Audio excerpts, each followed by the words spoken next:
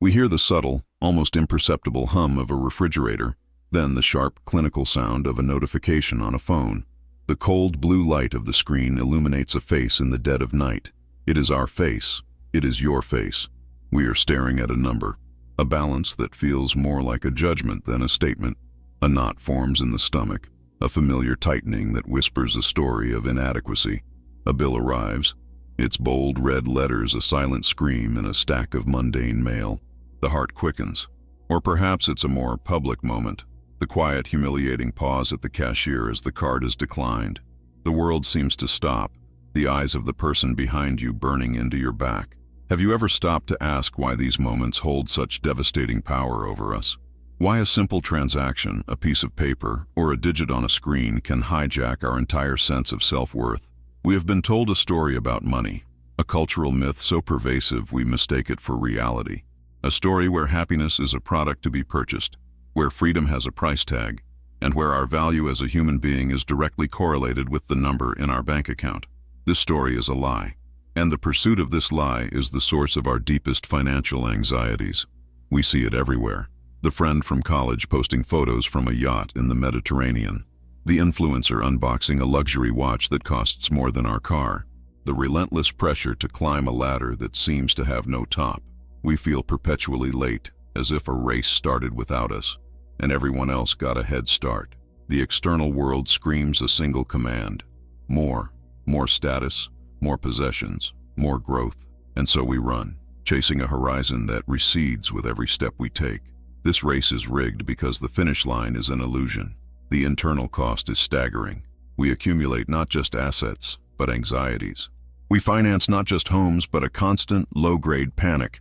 Our spending becomes a performance, an attempt to signal to the world and to ourselves that we belong, that we are successful, that we are enough. Every swipe of the credit card is a vote cast for this fragile identity, an identity built on a foundation of sand, ready to be washed away by the next market downturn or unexpected expense. But what if there were another way? A way to build a financial life not on the shifting sands of external validation, but on the bedrock of internal strength. What if we could find a quiet confidence that is immune to market volatility and the opinions of others? This is not a new idea. It is an ancient wisdom, forged in the fires of empires and plagues, by thinkers who understood that the true fortress is the one we build inside our own minds. This is the Stoic path to financial resilience. Let's begin with the foundational principle, the North Star that can guide you out of any storm, the dichotomy of control. Imagine you are the captain of a ship. You cannot control the wind, the waves, or the storm that rages around you. To waste energy screaming at the sky is madness, but you can control the rudder, the sails, and the actions of your crew. You control your response. Your financial life is this ship. The economy, interest rates, global events, these are the weather. They are utterly outside your power. So much of our financial stress comes from trying to command the weather. We are glued to the news, panicking over headlines we cannot influence. We sell our investments in a fear-induced frenzy, or buy on a wave of speculative hype. We are puppets, and the market pulls our strings. The Stoic, however, draws a line in the sand. On one side, the uncontrollable, the market's daily mood swings, the rate of inflation, a colleague's promotion. On the other, the controllable, your savings rate, your spending habits, your investment strategy, your commitment to learning. This simple act of sorting your worries is revolutionary. It is the act of dropping a mountain of weight you were never meant to carry. Imagine two people watching their portfolios drop by 5%. One is consumed by the news, their stomach in knots, frantically selling at a loss. The other, acknowledging they cannot control the market's price, calmly reviews their own budget. They see it as an opportunity, perhaps to invest more at a discount, focusing only on their own deliberate action. Who do you think sleeps better at night? Who is truly in command? Once you know where to focus your energy, you must define the destination. The cultural lie tells us the goal is a number, $1 million, a certain net worth. The Stoic asks a more profound question. What is the purpose of wealth? For the Stoics, the only true good is virtue, wisdom, courage, justice, and discipline. Money is merely a tool, an indifferent resource that can be used wisely or foolishly. A large fortune managed with anxiety, greed, and injustice is a form of spiritual poverty. Think of it this way. A colleague receives a massive bonus and immediately purchases a luxury car, a gleaming symbol of success. Weeks later, you hear them complaining about the crippling insurance payments, the expensive maintenance, the constant fear of a scratch or dent. You, meanwhile, use a smaller windfall to eliminate a nagging student loan. You buy nothing tangible, nothing to display, yet you have purchased freedom. You have bought back mental peace and future income. Who is genuinely wealthier? The one shackled to a depreciating asset, or the one liberated from a long-standing burden? To live this way requires a different kind of goal setting. Write down your deepest personal values. Perhaps they are freedom, security, family, or knowledge. Now, align your financial goals directly with them. Instead of a vague goal to get rich, you create a concrete plan. I will build a 6-month emergency fund to serve my value of security. Your money now has a purpose that transcends accumulation.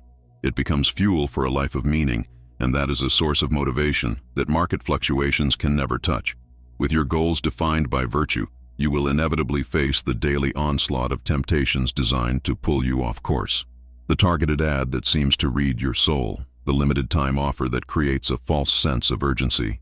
This is the battleground of impulse, and the Stoics offer a powerful weapon: mastering your impressions. It is not the shiny new phone that tempts you, but your judgment about it, your impression that it will bring you status, happiness, or relief from boredom. Marcus Aurelius reminded himself constantly, "You have power over your mind, not outside events. Realize this, and you will find strength." When the urge to buy strikes, the Stoic practices a strategic pause. You see the ad, you feel the pull, but instead of clicking, you close the laptop. You create a space between stimulus and response. In that space, you ask questions. Is this essential for a good life? What problem am I truly trying to solve with this purchase? Am I buying an object, or am I buying an escape from an uncomfortable feeling? Implement a simple rule: a cooling off period. For any non-essential purchase over $50, wait 72 hours. More often than not, the intense manufactured need will evaporate. The impression loses its power when exposed to the light of rational examination. This isn't about depriving yourself, it's about empowering yourself.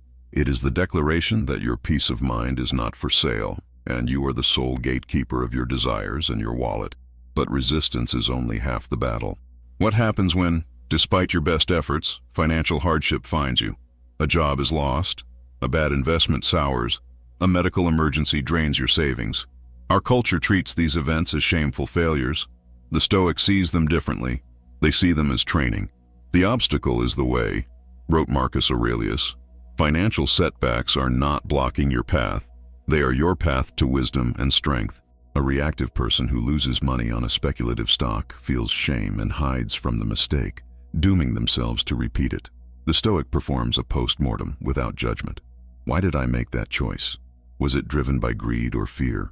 Did I follow a rational system, or was I swayed by hype? The loss is transformed from a painful failure into a priceless lesson. The money is gone, but in its place is wisdom, an asset that can never be taken from you. Think of a financial mistake you carry with you. Now, reframe it. That crushing debt you accumulated taught you the true weight of consumerism. That failed business venture taught you about risk, marketing, and your own resilience. These lessons, forged in the fire of adversity, become the pillars of your future financial fortress. You can create a simple investment checklist based on your past errors, ensuring you never make the same emotional mistake twice. This is how you turn wounds into armor. To build this armor before you need it, the Stoics practice something that seems radical today: voluntary discomfort. Seneca, one of the wealthiest men in Rome, would periodically set aside days to live as if he were poor. He would eat the simplest food, wear his roughest clothes, and sleep on the floor. He would ask himself, "Is this the condition that I so feared?" He was vaccinating himself against the fear of loss. We are trapped by what are often called golden handcuffs. As our income rises, our lifestyle inflates to match it. We become accustomed to comforts, and the thought of losing them becomes a source of constant, low-grade terror. Voluntary discomfort breaks this spell. Try it. For 1 week, give up a daily luxury, your expensive coffee, a streaming service, ordering takeout. The goal isn't just to save a few dollars. It is to prove to yourself how little your fundamental well-being depends on these things. When you intentionally drink plain coffee for a week, two things happen. First, you realize you survive perfectly well.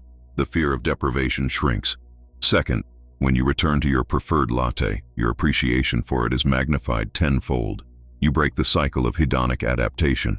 You find joy not in constantly acquiring more, but in deeply appreciating what you already have. This practice makes you psychologically robust and financially anti-fragile. This internal resilience is your shield against the noise of the external world. The financial media is a machine designed to provoke emotion. Headlines scream of crashes and once-in-a-lifetime opportunities. To maintain your sanity, you must cultivate what the Stoics called the view from above. Marcus Aurelius would meditate on the vastness of time and space, picturing himself from a cosmic perspective to see how small and transient his earthly problems were. When you feel a jolt of panic because the market dipped for the day, practice this. Pull up a chart of a major stock index that spans 50 years or more. Find today's catastrophic drop. On that scale, it is an insignificant blip, swallowed by a relentless, jagged upward trend. That is the view from above. It detaches you from the emotional roller coaster of the daily news cycle and allows you to remain committed to your long-term, rational strategy. This perspective is powerful, but it is a general's view of the battlefield. We must also prepare for personal crises. And this brings us to the Stoic superpower we spoke of earlier.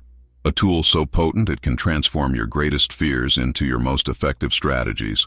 Premeditatio malorum, the premeditation of evils. This is not pessimism. It is strategic rehearsal for disaster. By calmly contemplating worst-case scenarios, you strip them of their power to cause panic. Seneca urged us to remember that he robs present ills of their power who has perceived their coming beforehand. Sit down in a calm moment and imagine losing your job. Don't wallow in the feeling. Strategize. What would be your first 3 steps? You'd update your resume. You'd activate your professional network. You'd cut non-essential spending. Suddenly, the vague, terrifying specter of unemployment becomes a concrete list of manageable tasks. The fear is replaced by a plan. This is fear setting, not goal setting. Define your worst financial fear. What is the absolute worst that could happen? What could you do to prevent it? What could you do to repair the damage if it occurred? This exercise naturally leads to prudent action. It is the thought that motivates you to finish building that 6-month emergency fund, not because you're a pessimist, but because you're a prepared strategist. You have rehearsed for the storm, so when it comes, you are ready. Once you have prepared for the future, you must ensure you are living fully in the present. The most powerful motivator for this is another core Stoic practice, memento mori. Remember, you will die. This is not a morbid thought designed to depress you. It is a clarifying filter designed to energize you. Knowing that your time is the one truly finite, non-renewable asset, are you spending it, and the money that represents your life energy, on what truly matters? This simple reminder reframes your entire financial life. The goal is no longer to die with the biggest pile of gold. The goal is to live the richest life possible with the time you have. Look at your last bank statement. For each significant expense, ask yourself, did this purchase contribute to a life of virtue and meaning? Did it buy me a cherished memory, a valuable skill, or deeper relationships? Memento mori urges you not to stop saving, but to save with purpose, for the experiences that make a life well lived. This focus on living well now, however, must be balanced with an acceptance of outcomes we cannot change. This leads us to one of the most challenging and liberating Stoic principles, amor fati, a love of one's fate. It is the practice of not just tolerating but embracing everything that happens, good or bad. A recession is not a bad thing that happened to you. It simply is. It is an opportunity to practice resilience, creativity, and thrift. Imagine you are passed over for a promotion you felt you deserved. The natural reaction is bitterness, resentment. This is poison. Amor fati invites a different response. You embrace this new reality. This happened, and it is my path. Perhaps this is an opportunity to develop skills this role would not have allowed. Perhaps it is the universe redirecting me toward a more fulfilling path I was too afraid to consider. You don't control the hand you are dealt, but you can choose to play it with mastery and grace. This is the opposite of victimhood. It is the ultimate expression of personal power. By loving your fate, you become untouchable. A market crash cannot break you because you embrace it as a lesson in humility and an opportunity to buy assets at a discount. A career setback cannot defeat you, because you embrace it as a chance to reinvent yourself. You find freedom not by controlling the world, but by ceasing your resistance to it. You have now fortified your mind, your habits, and your plans. You have built an inner citadel. The final principle extends the walls of this fortress beyond yourself. The Stoics called it sympathia, the belief that all things are interconnected in a single cosmic web. We are not isolated individuals. We are part of a larger whole. As Marcus Aurelius said, "What is not good for the beehive cannot be good for the bee." Therefore, wealth finds its highest and most fulfilling purpose not when it is hoarded for personal security, but when it is used as a tool for the common good. After building your own foundation, your emergency fund, your investments, your debt-free life, the purpose of your resources can expand. This does not require grand acts of philanthropy. It can be a small, automated monthly donation to a cause you believe in. It can be using your financial literacy to help a family member create a budget.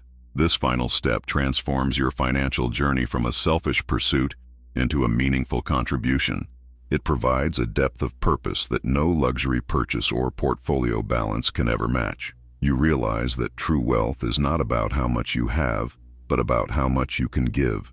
Your financial strength becomes a source of stability, not just for you, but for your small corner of the world.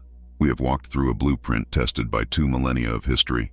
We have moved from the panic of a declined card to the calm confidence of a prepared mind.